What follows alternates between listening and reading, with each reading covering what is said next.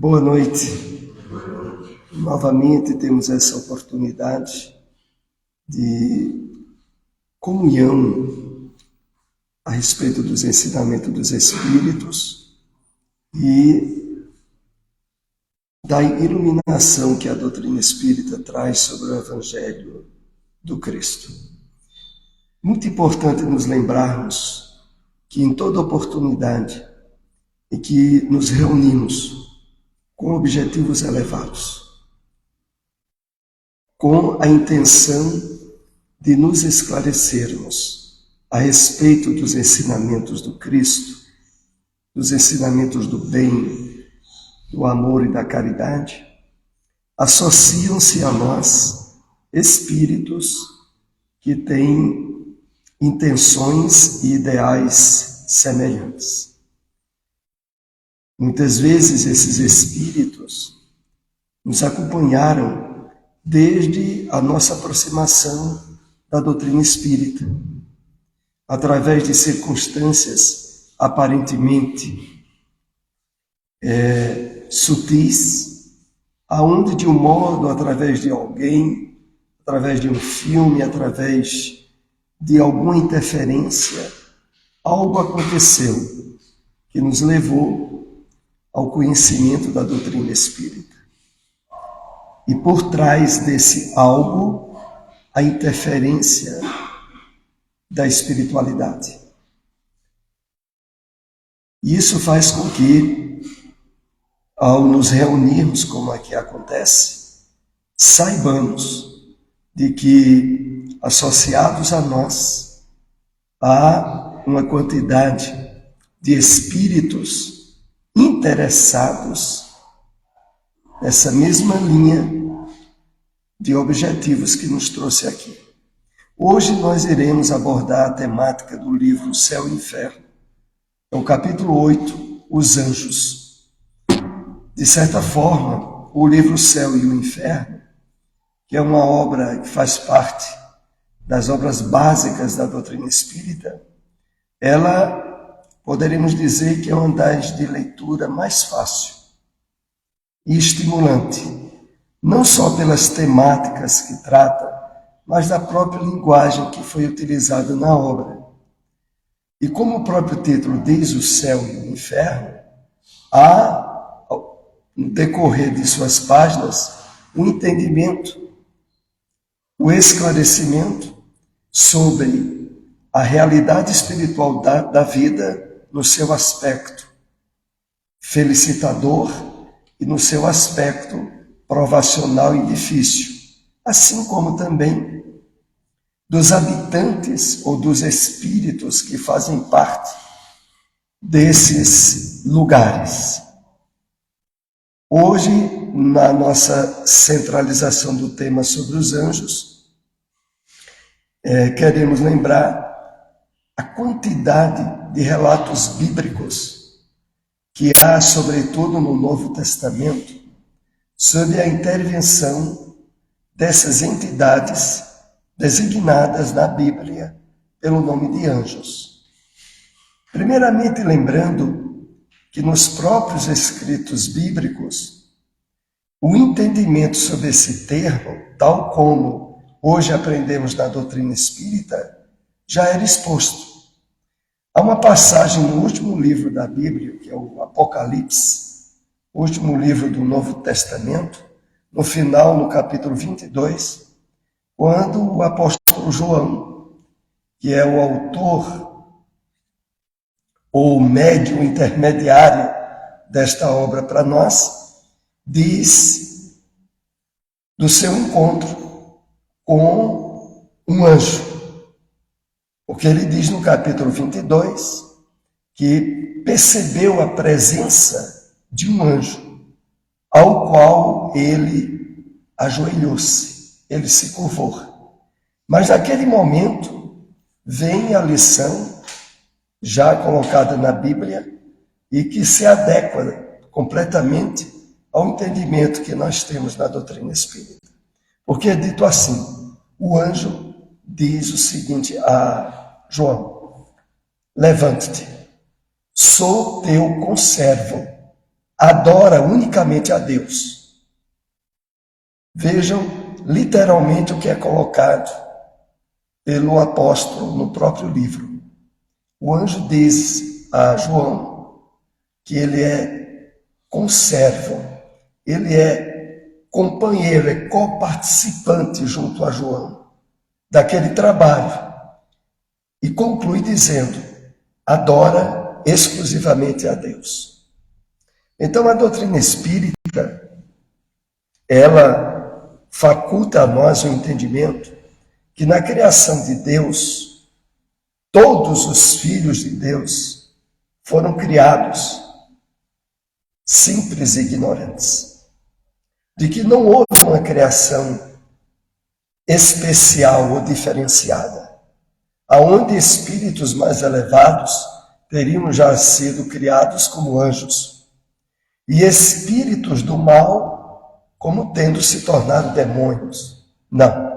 Na verdade, o princípio de justiça, de amor e de misericórdia de Deus criou todos absolutamente iguais. E através das experiências evolutivas estabelecidas pela reencarnação, espíritos que começaram a sua caminhada muito antes de nós atingiram pontos altos em termos evolutivos, sendo agora designados de anjos, que no original grego também é sinônimo de mensageiros, de enviados, e não de um ser especial. Então,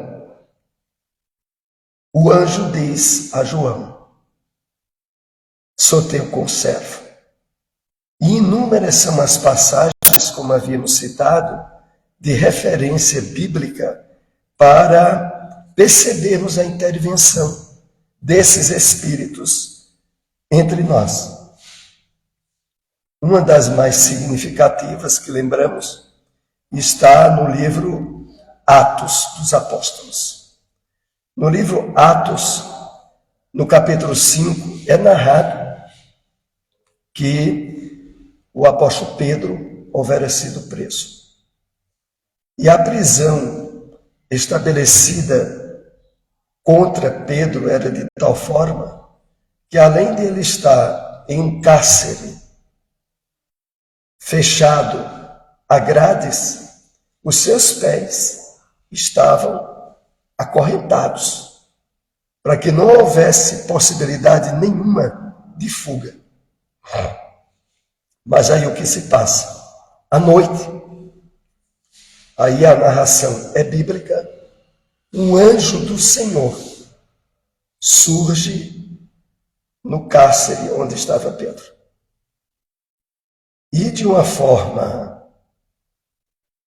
não discriminada, não detalhada na Bíblia, as correntes dos pés de Pedro se abriram, a porta se abriu e o anjo orientou Pedro a que saísse da cadeia. Então, ali uma manifestação espiritual, intervindo de uma forma muito expressiva no mundo material. E como podemos entender se isso possível?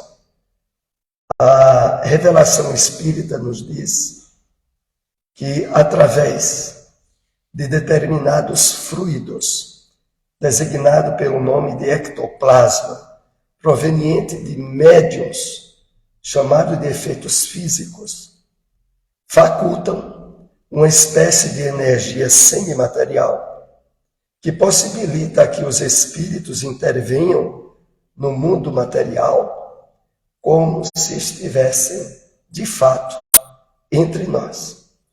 Esses processos de materialização, no Brasil, houveram diversos médiuns.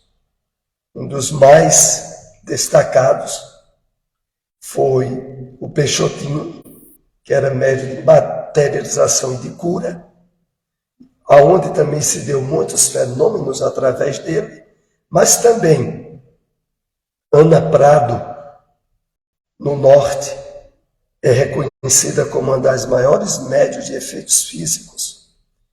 E também, fora do Brasil, houve um pesquisador cientista chamado William Crookes, que durante muito tempo acompanhou e analisou a mediunidade de efeitos físicos de Cat King, um espírito que se materializava através da média e que serviu para diversas investigações científicas.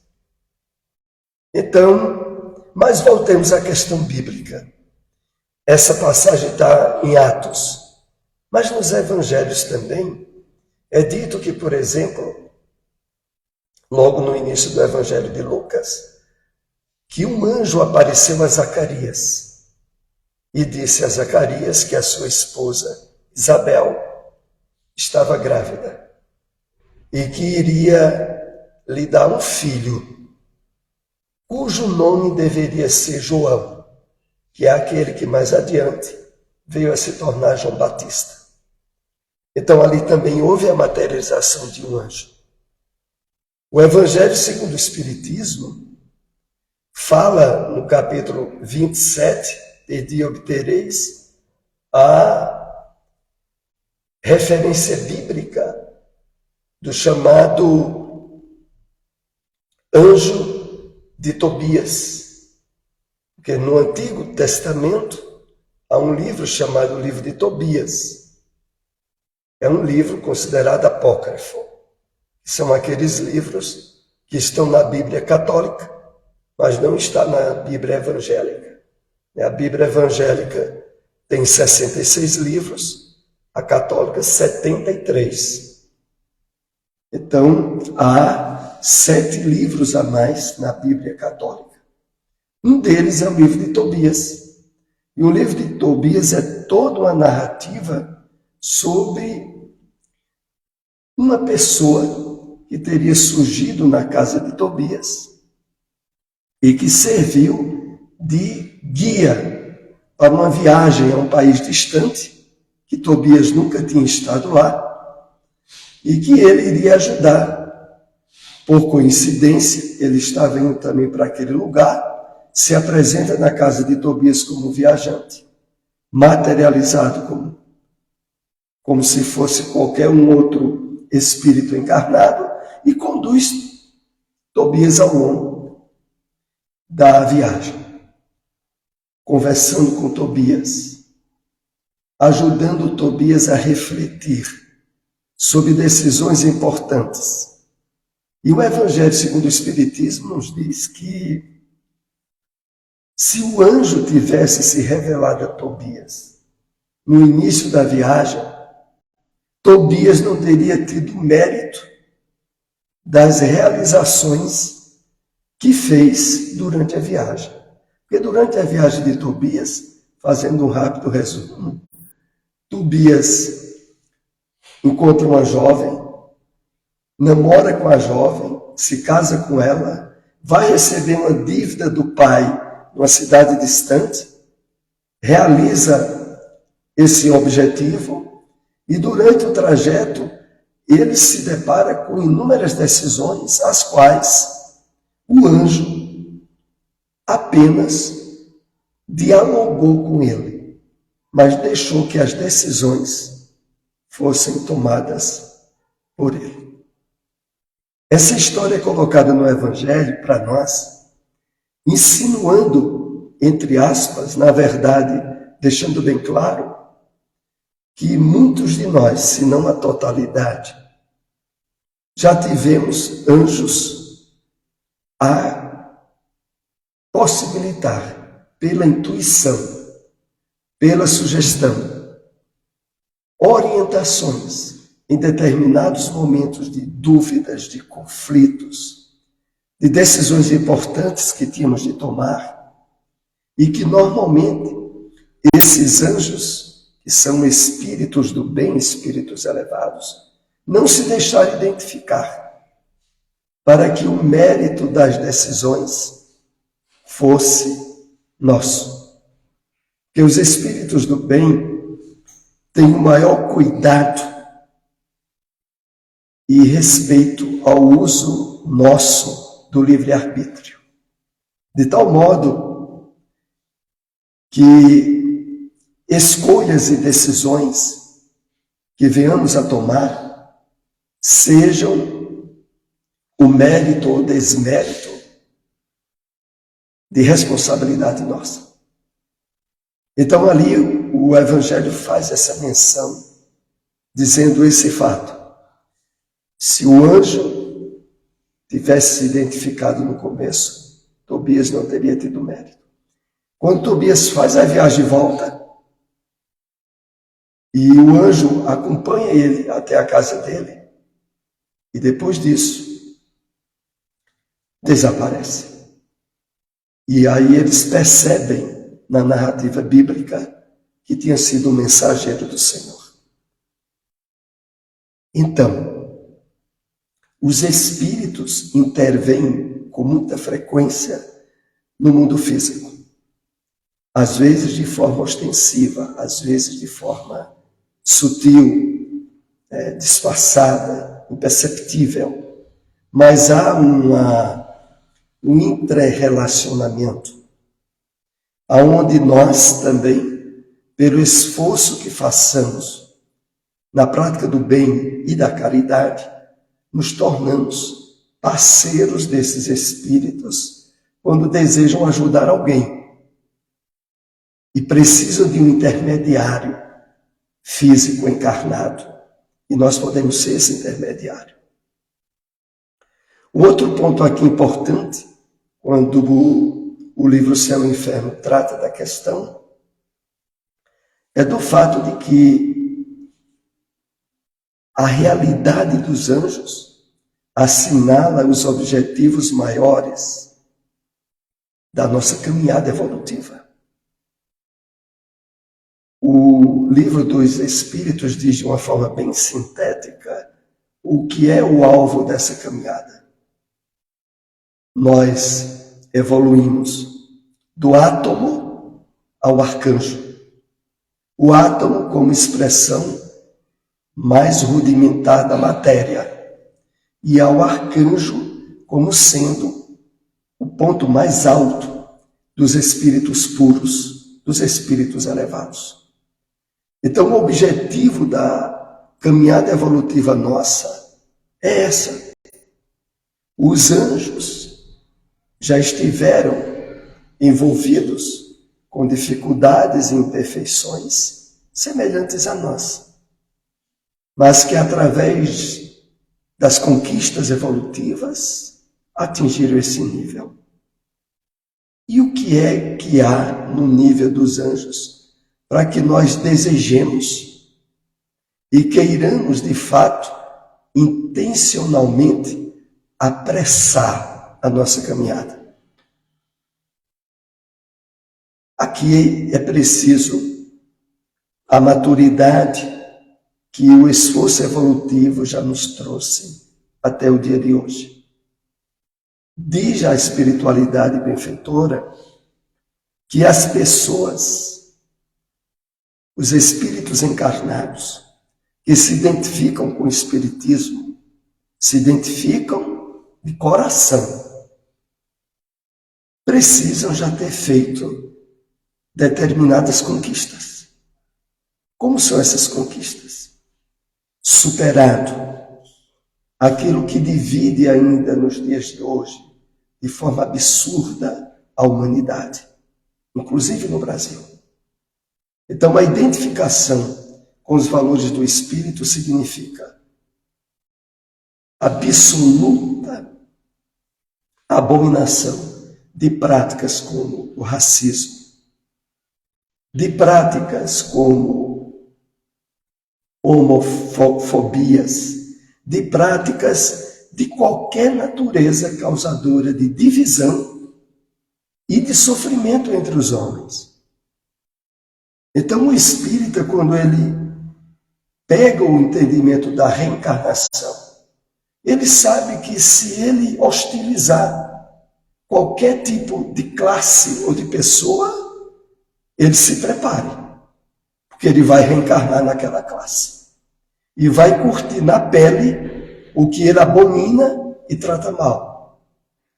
Então isso por si só faz com que algumas pessoas que ainda alimentam esse tipo de divisão no seu íntimo, quando se aproximam do Espiritismo e percebe o alcance dessa doutrina,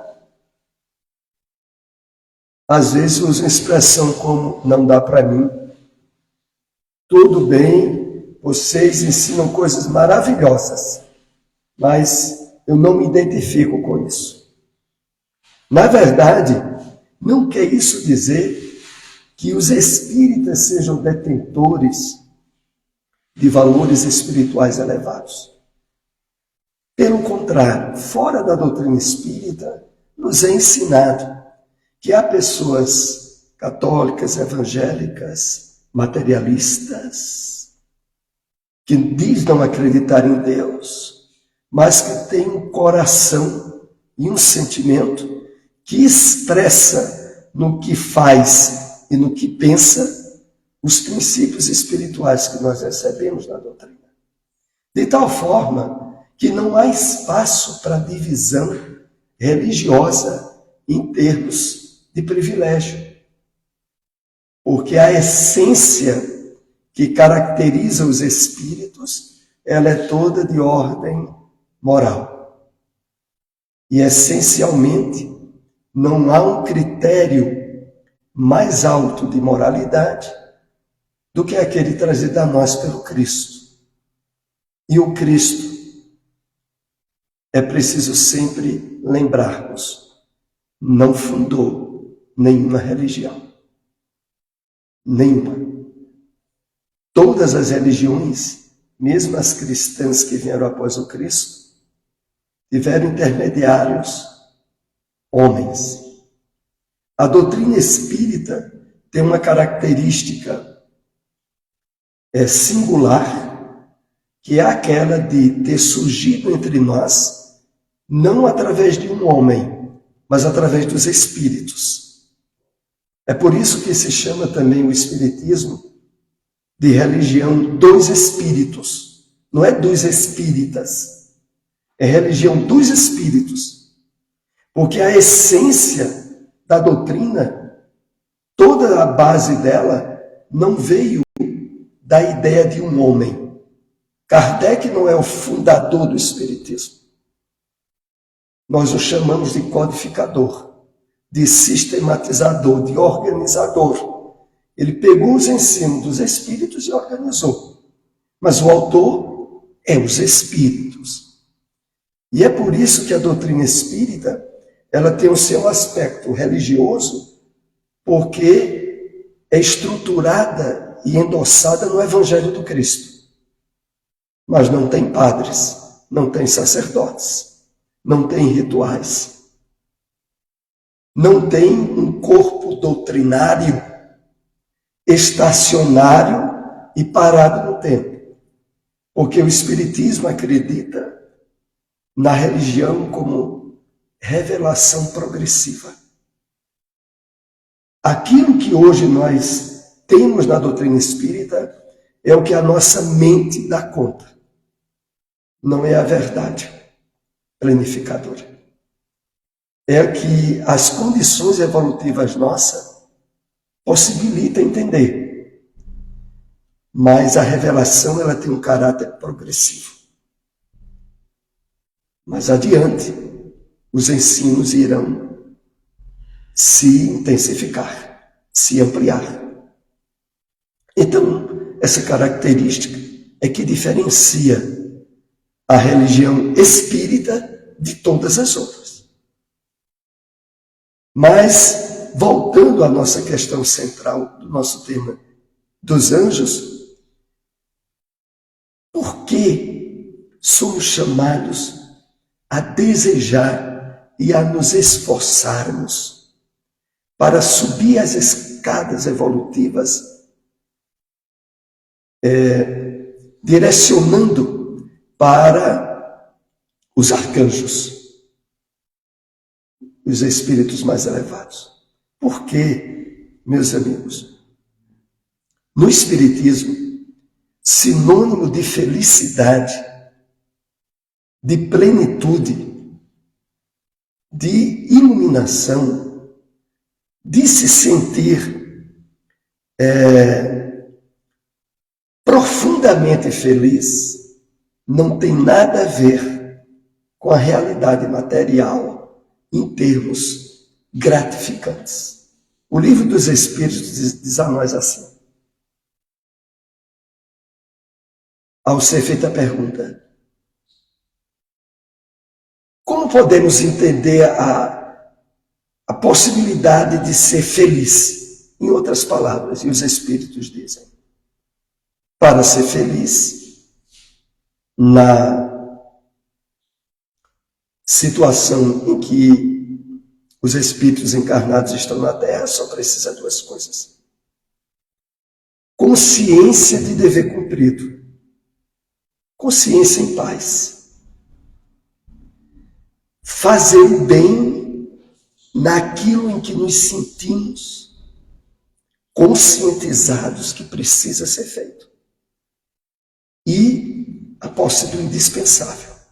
A posse do indispensável podemos entender como o pão nosso de cada dia. Aquilo que nos dá a possibilidade de existência física.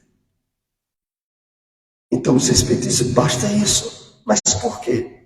Porque além disso, meus irmãos, os Espíritos elevados nos ensinam que a felicidade é intensificada e expressa ao ser veículo do bem, da caridade, da ajuda, do amparo aos outros. Então a gente vai ver nas histórias de André Luiz como os espíritos do bem trabalham muito. Diríamos até assim, sem parar.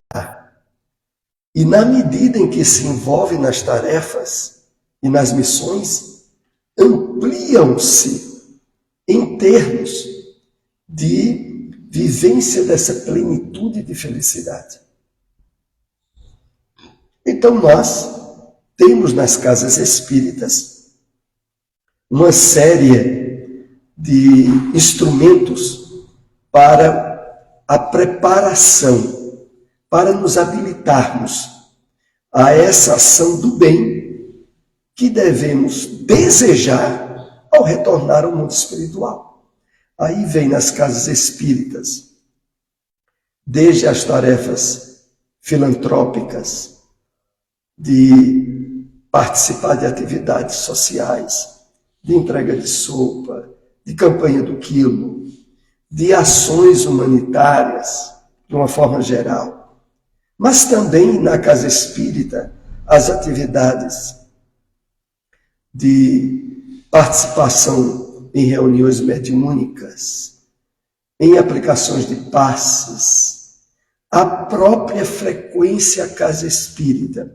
Por exemplo, nós aqui, sem o percebermos, estabelecemos uma conexão fluídica que gera energias, magnetismo, que é utilizado pela espiritualidade benfeitora em determinadas tarefas de socorro e de amparo espiritual. Então, via a casa espírita é também uma espécie de trabalho espiritual, desde que feito, claro, com unção, com respeito, com consciência.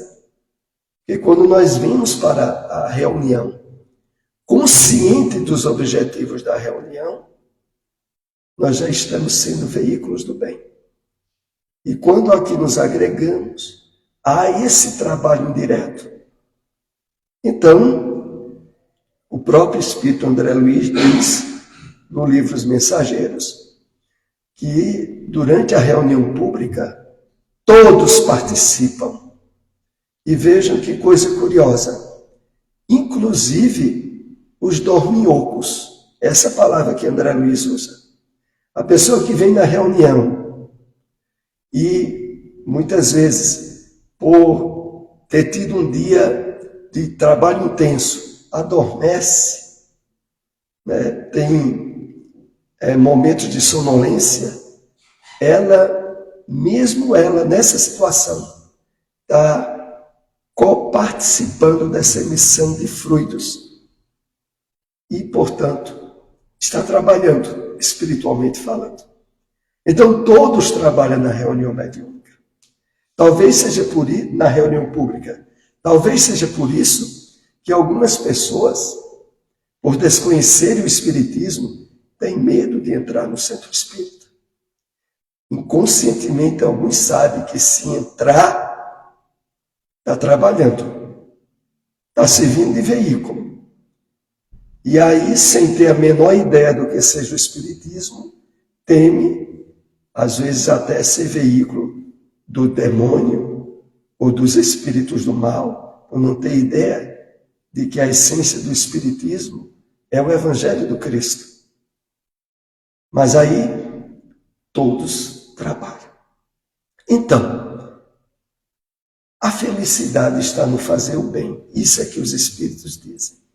E aí a gente se depara, e isso é importante refletir, com as dificuldades na vivência do bem que a doutrina espírita nos estimula tanto.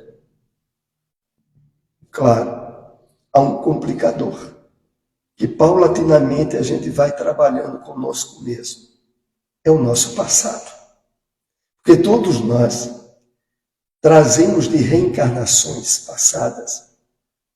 A expressão popular é essa, trazemos uma bagaceira, um bocado de coisa que não presta, aonde a gente se envolveu em vícios, em roubos, em crimes, em prejudicar outras pessoas. Isso não se apagou. Foi feito lá no passado, mas não é porque foi feito no passado que se apaga. É a mesma coisa, é semelhante a, por exemplo, alguém que bebe álcool, perde a noção, entra no carro e acidenta alguém, até mata alguém no trânsito. E depois ele nem se lembra, não, foi que houve. Não, você estava no carro. Não, não fui eu não. Todos viram que foi você. E você vai responder pelo seu crime.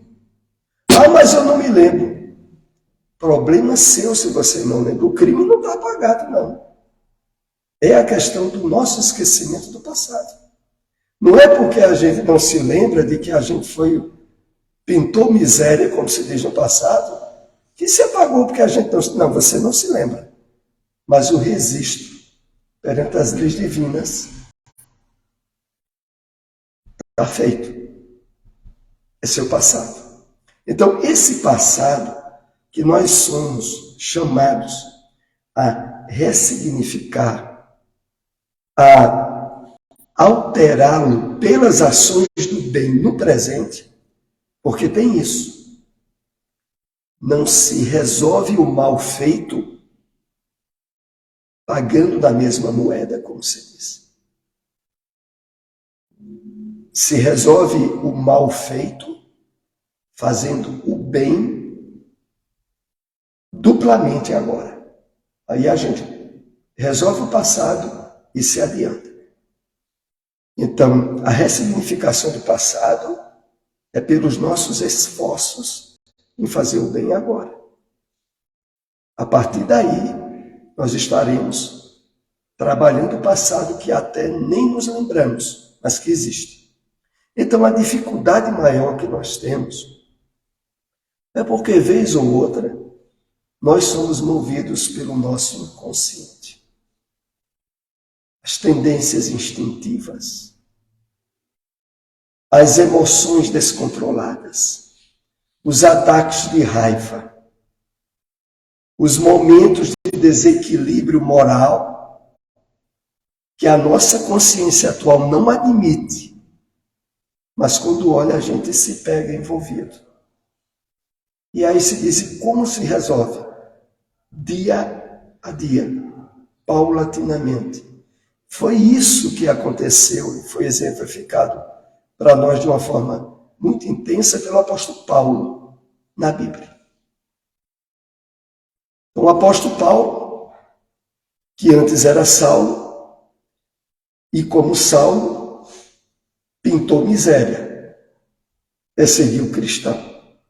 Foi o responsável pela morte de Estevão.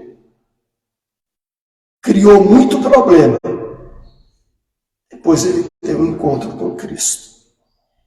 Começa um lento processo de ressignificação das bagaceiras que ele tinha feito.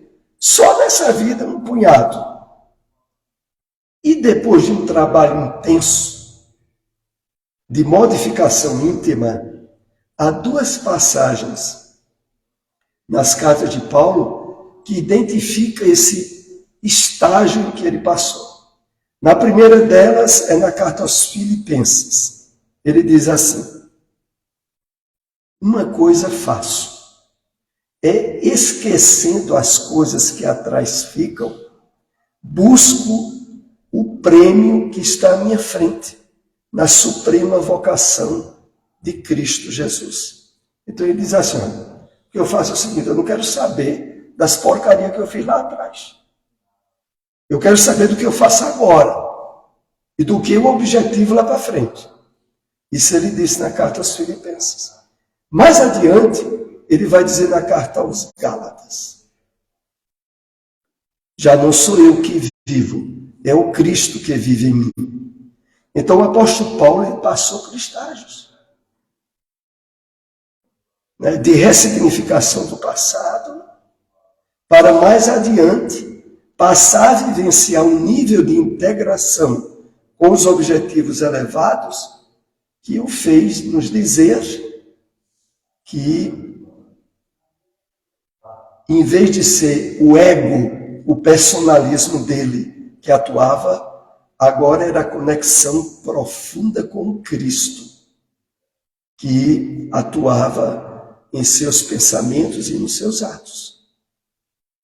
Então, esse exemplo que o apóstolo Paulo dá é um dos maiores incentivos para qualquer um de nós que esteja nesse trabalho de superação, de crescimento, de identificação com os objetivos mais elevados, que nos levarão a perceber níveis de felicidade e de bem-estar que só irão acontecer conosco na medida em que esse trabalho intenso estiver sendo realizado. Porque também em outra carta, mais adiante, o apóstolo Paulo vai dizer. E vai dizer uma coisa que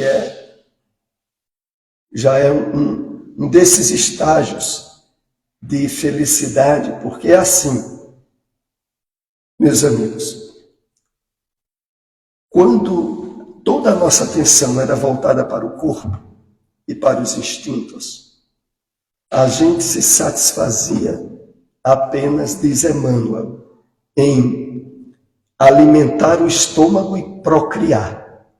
São os estágios mais básicos da criatura humana. Satisfazer os instintos. Superado esse estágio, passa a ser desperto em nós níveis de satisfação neuronal, fisiológica e podemos acrescentar real que não tínhamos antes. Aí é quando nós passamos a nos sentir muitas vezes planificados ou nos sentindo muito felizes, ouvindo às vezes uma música que nos leva o pensamento ao alto, às vezes apreciando uma obra artística. Quando a gente passa a sentir prazeres que não têm a ver com a satisfação do corpo, a gente está indo para estágios mais altos. E quando nós nos intensificamos na ação do bem, não tenhamos dúvida, níveis de plenitude, de bem-estar, de felicidade que antes nem sabíamos que existia, passam a ver. Que é o que o apóstolo Paulo diz ao dizer a nós o seguinte. Ele diz assim, na carta aos Coríntios, na primeira ou na segunda carta, ele diz assim: sei de um homem, se no corpo ou fora do corpo, não sei, que subiu ao terceiro céu e viu coisas inefáveis aos homens. Esse homem, não sei se no corpo ou fora do corpo, pense, aí o apóstolo Paulo vai decorrer o quê? De que ele teve desdobramentos, né? Ele teve em níveis de consciência alteradas, que lhe deu um nível de bem-estar. Depois há uma referência, me parece, do próprio Espírito Emmanuel, de que ele se referia ao encontro que ele teve com Abigail e Estevão no plano espiritual, antes de ser-lhe dado determinadas revelações. Então o apóstolo Paulo se referia a isso, ao fato de que nós podemos, porque o que ele escreve é para servir de ensino a nós, alcançar níveis de percepção e de plenitude na medida em que nos esforçamos nesse trabalho direcionado à plenitude apresentada a nós pelo conceito dos anjos. Então, meus amigos, eram mais ou menos isso que nós queríamos compartilhar sobre esse tema, que oferece um leque muito grande de aprofundamento, mas que eu deixo aqui a sugestão da leitura do livro Céu e Inferno, no capítulo 8, sobre os anjos. Que Jesus, que a espiritualidade amiga, nos acompanhe de volta aos nossos lares com muita paz.